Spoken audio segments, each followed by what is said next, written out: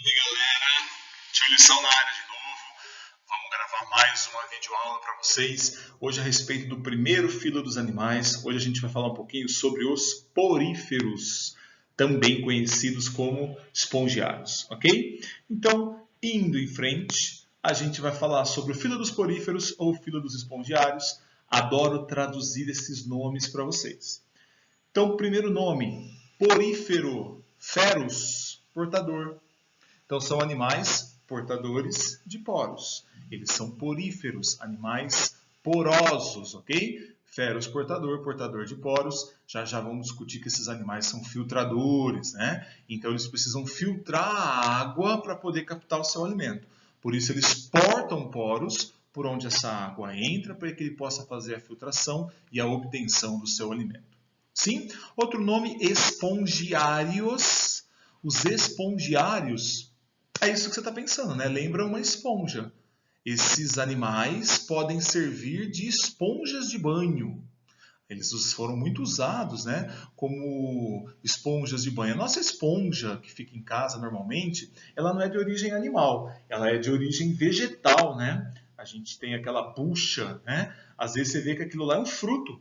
Às vezes quando você compra aquela bucha grandona, você observa que até no meio daquela bucha que você usa para se esfregar, né, ela tem até umas sementes meio pretas. Mas alguns desses animais foram muito usados como esponjas de banho, por isso que eles são chamados de espongiários. E os egípcios, ou melhor, as egípcias, já usavam essas esponjas como os primeiros absorventes. Ok? Então a gente tem poríferos ou espongiários, o nome clássico desse grupo. Caminhando um pouco para as caracterizações gerais. Primeira coisa importante, quanto à simetria, esses animais são assimétricos. Não existe um plano que passe pelo centro do corpo do animal que o divide em duas partes iguais. Esses animais têm uma capacidade de brotamento como reprodução e algumas vezes esses brotos não desgrudam do corpo mãe, né? E aí você fica um animal totalmente sem um padrão de simetria. Então, geralmente a gente considera esses caras como sendo animais assimétricos. Se eu te der um porífero, se eu te der uma faca e falar assim, corte este animal e gere duas partes iguais, você não vai ter essa capacidade, ok? Então, normalmente são animais assimétricos. Segundo ponto importante, são todos aquáticos. Não existe porífero terrestre. Não adianta achar que você vai estar andando no meio do mato e encontrar o Bob Esponja. Isso não acontece. Todos eles são aquáticos. E a maioria é marinho, ok? Existe uma família de poríferos. Tudo bem o termo família? Lembra lá? Reino, filo, classe, ordem, família. A família Spongilidae, que é de água doce, que é dulcícola, mas a maioria é marinho. Terceiro ponto importante, eles são sésseis. O que significa dizer que um animal é séssil? Séssil é o contrário de errante. Você deve lembrar da música lá do Kid Abelha, né? Sou errada, sou errante. Sempre na estrada, sempre distante. Errante significa livre, né? Que se locomove. Os poríferos não são errantes, eles são sésseis. Sésseis significa fixos a um substrato. Eles são animais filtradores, precisam filtrar a água para a captação do alimento, como já havia comentado com vocês, já a gente especifica esses processos. Coloquei uma observação muito interessante que a gente já discutiu em aulas introdutórias sobre esse grupo, que eles são parazoários. Lembra que a gente podia dividir os animais em parazoários e enterozoários? Enterozoários eram todos os animais que apresentavam uma cavidade digestória. Parazoários a gente considera aqueles animais que não apresentam uma cavidade digestória. Porífero não tem cavidade digestória, porífero não tem sistema digestório. Aliás, ele vai além disso, né? Ele não tem sistema digestório, não tem sistema nervoso.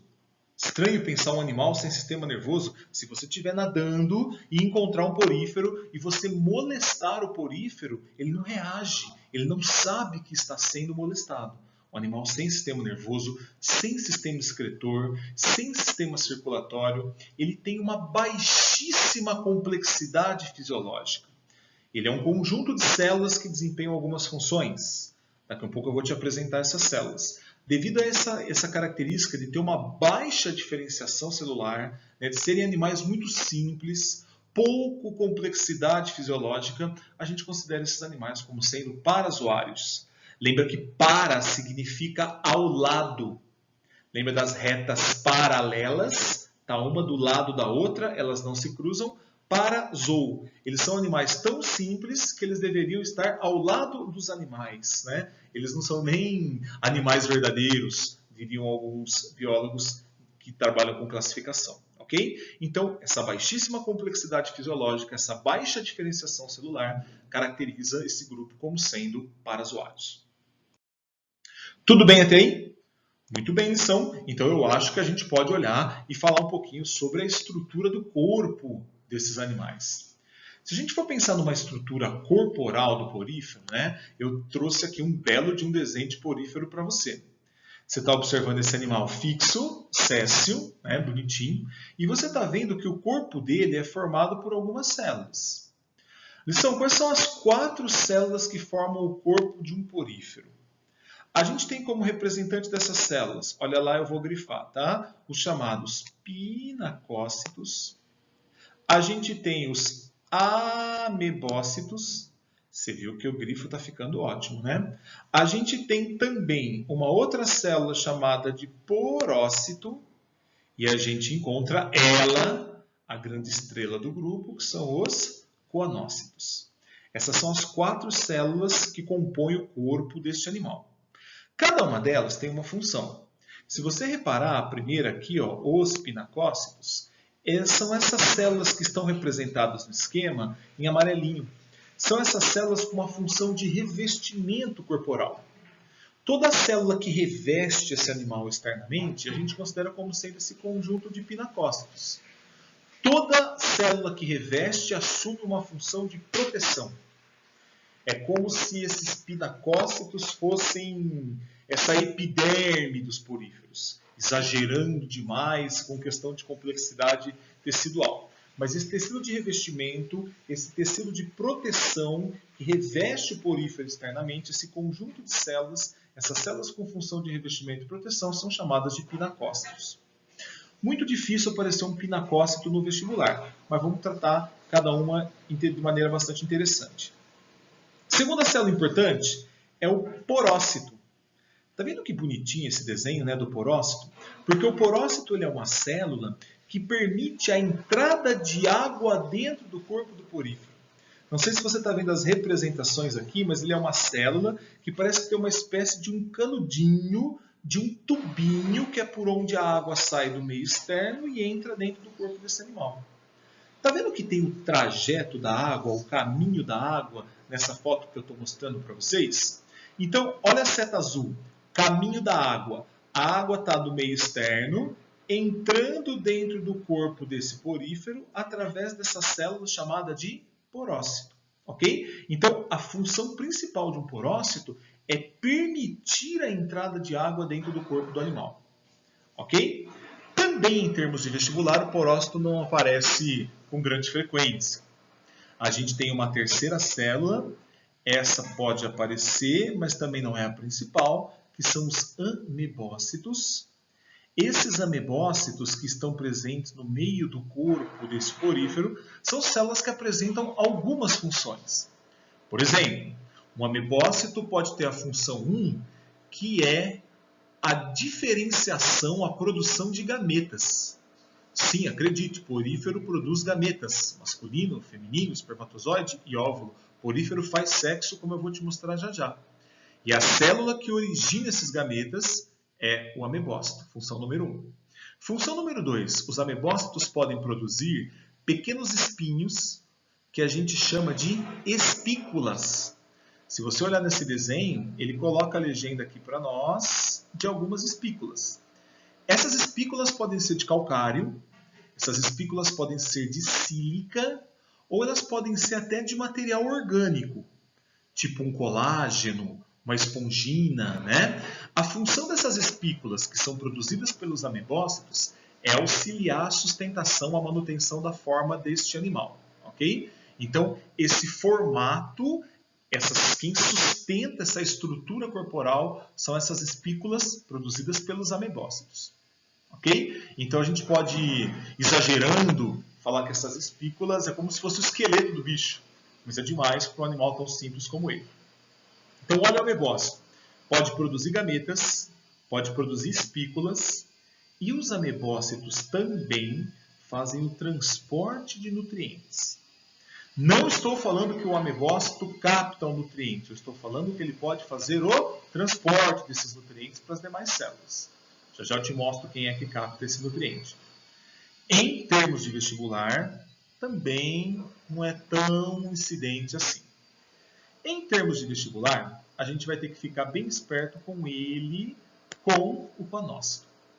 O coanócito é uma célula que tem um coano, um colarinho, da onde parte um flagelo. Olha que bonitinha a representação desse coanócito aqui para você, revestindo essa cavidade interna do porífero. Esse coanócito tem algumas funções. Primeiro que ao bater esses flagelos, ele cria uma força de sucção. Perceba que para a água entrar dentro do corpo deles, né, quem está fazendo essa sucção, quem está sugando essa água para dentro do corpo do animal? O batimento flagelar desses coanócitos. Porque senão a gente imagina assim, né? Parece que esses poríferos têm que viver constantemente numa correnteza, né? Para a água estar passando e entrando pelo corpo deles, entrando pelos porócitos. Não precisa.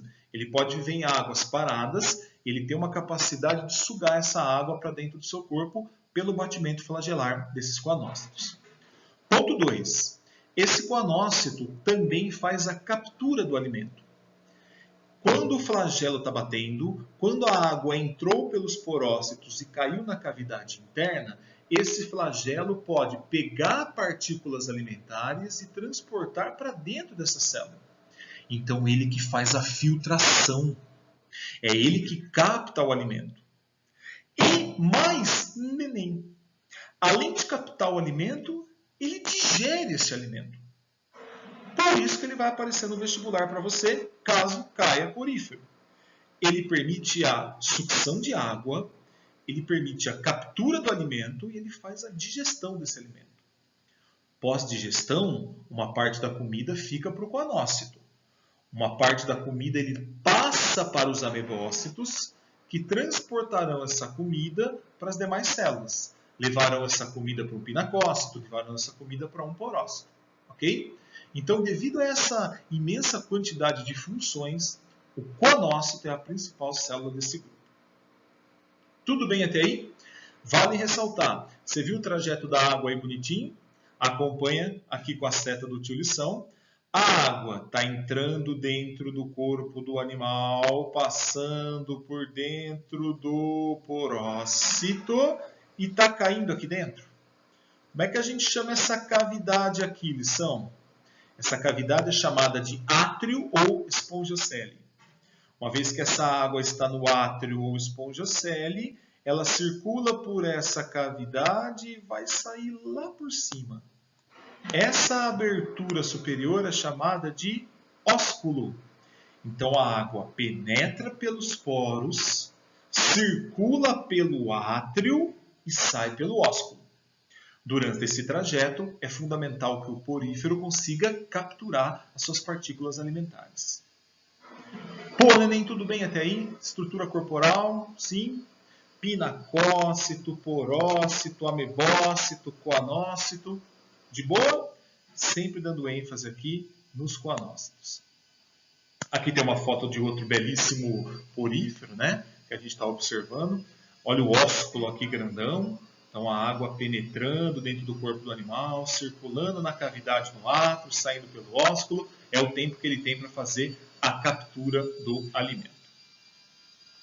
Tudo bem, neném? De boas? Tamanho de porífero, muito variável. Esses que eu estou te mostrando aqui na figura são enormes. Tem porífero quase de 1 metro, né, de tamanho. A gente tem poríferos que são bem pequititicos, então varia muito das espécies para espécie. Para a gente andar um pouquinho e ir para o fim, praticamente, a gente vai falar um pouco da reprodução desses caras. Ser vivo que é ser vivo tem que ter capacidade de reprodução. Porífero é um belo ser vivo, é um belo animal que consegue se reproduzir. E mais, Ele tem reprodução assexuada e sexuada. Quer um pouco de água?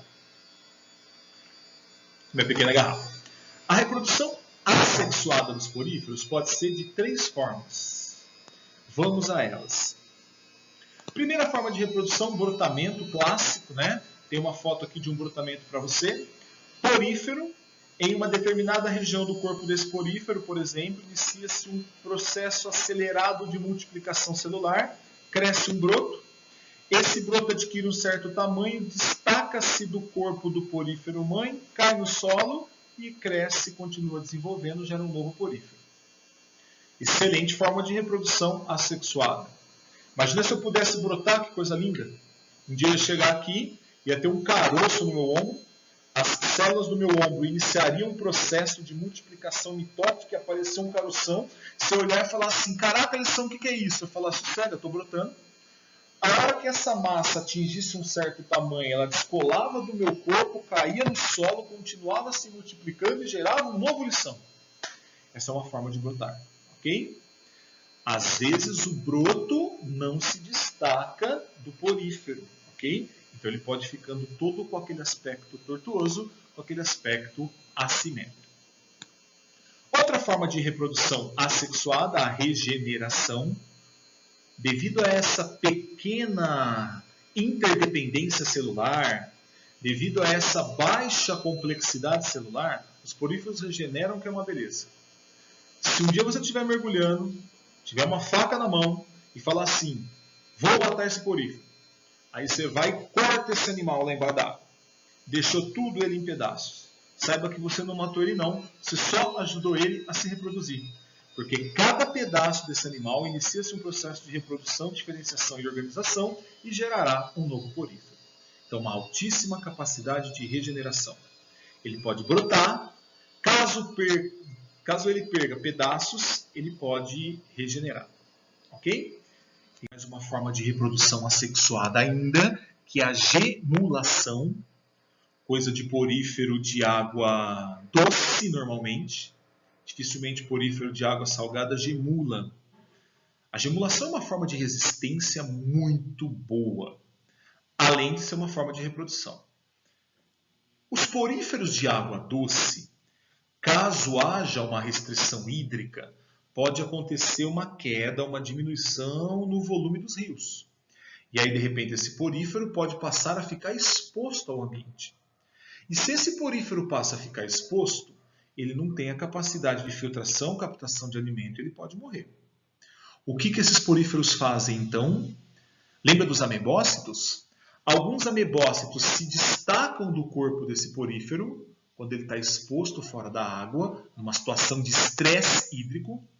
Esses amebócitos perdem conteúdo citoplasmático, como se desidratassem, produzem uma espécie de uma cápsula, um mucoprotetor, e formam essas gêmulas, que são estruturas de resistência que podem viver fora do corpo do porífero, no meio terrestre, durante muito tempo. Cada amebócito que desidrata e produz essa cápsula protetora, cada gêmula vai ficar no ambiente, esperando a chuva voltar e as condições ambientais voltarem a ser favoráveis. Quando o rio subir de novo, essas gêmulas absorvem água por osmose, essa cápsula se desfaz, a célula torna-se metabolicamente ativa, inicia um processo de reprodução e cada gêmula gera um novo porífero. Isso é sensacional, né?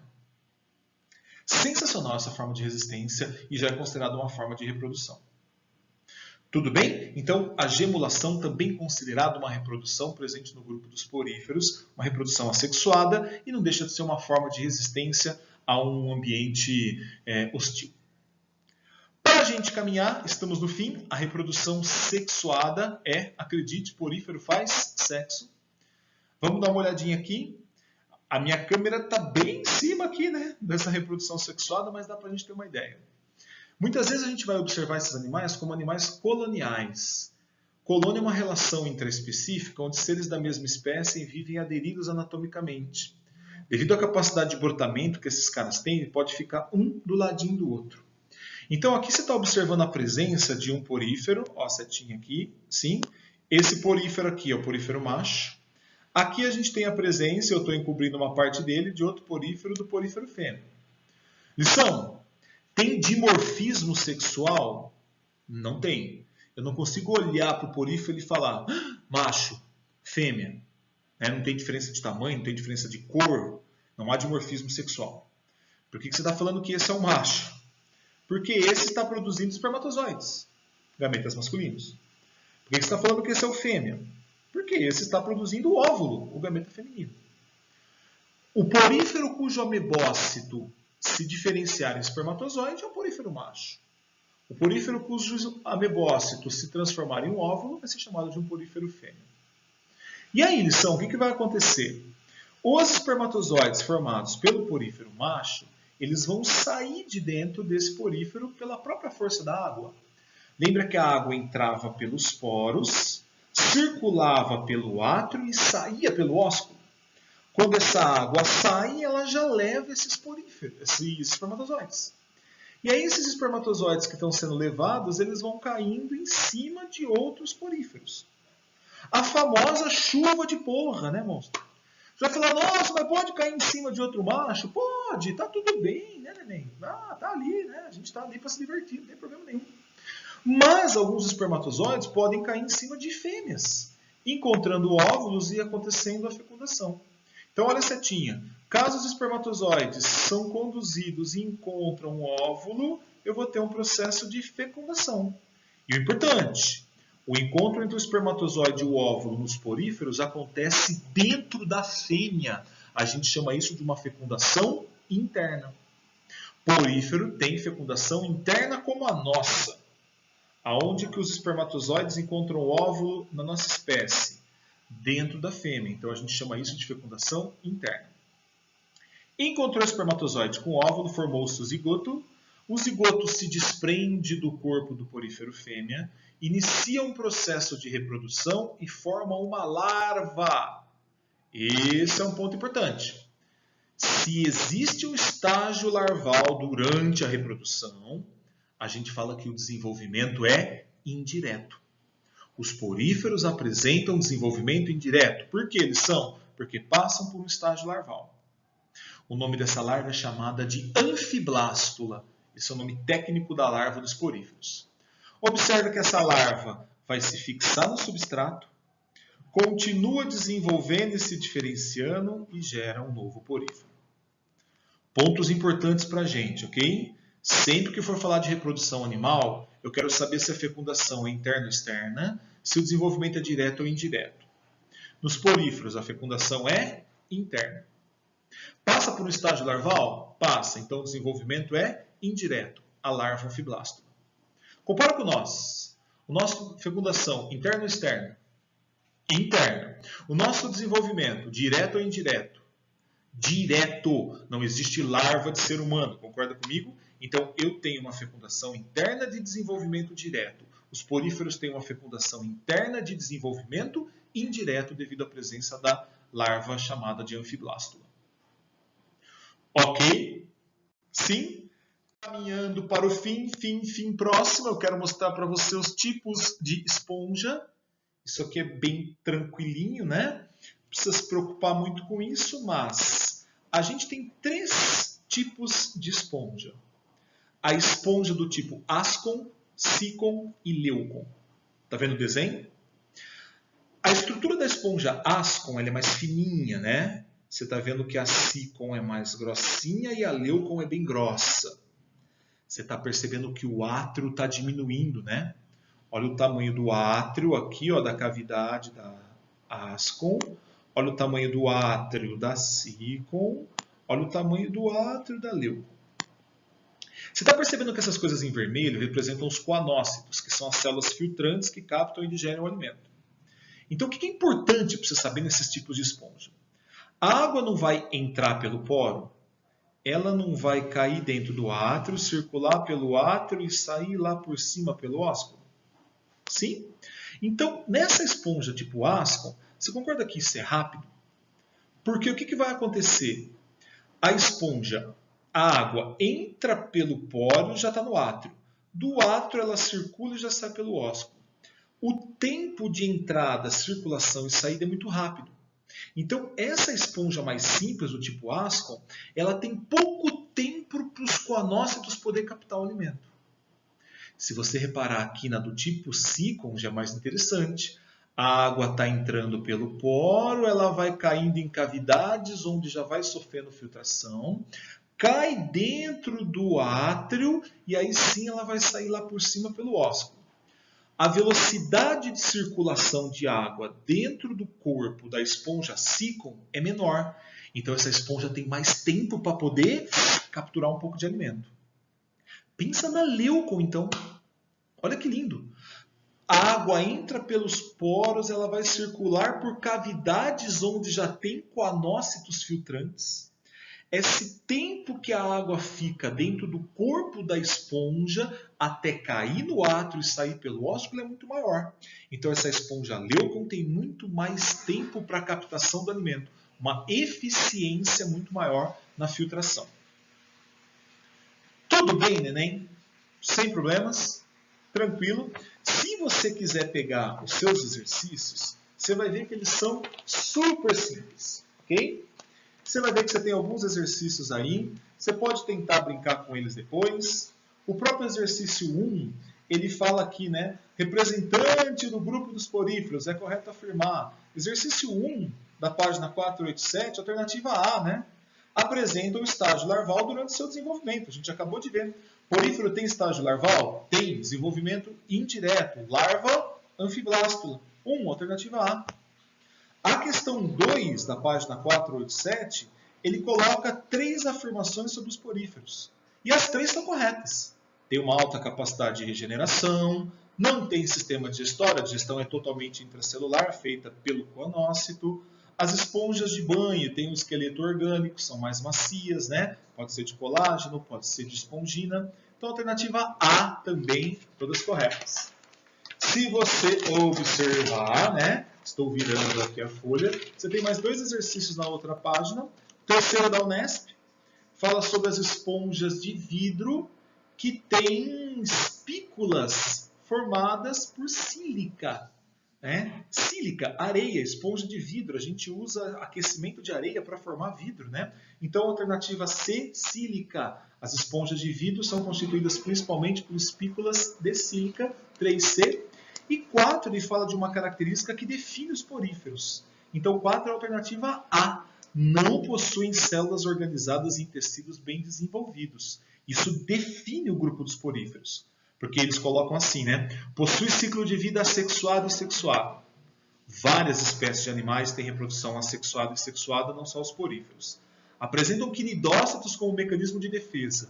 Esse é o próximo grupo, o grupo dos quinidários. A gente chega lá.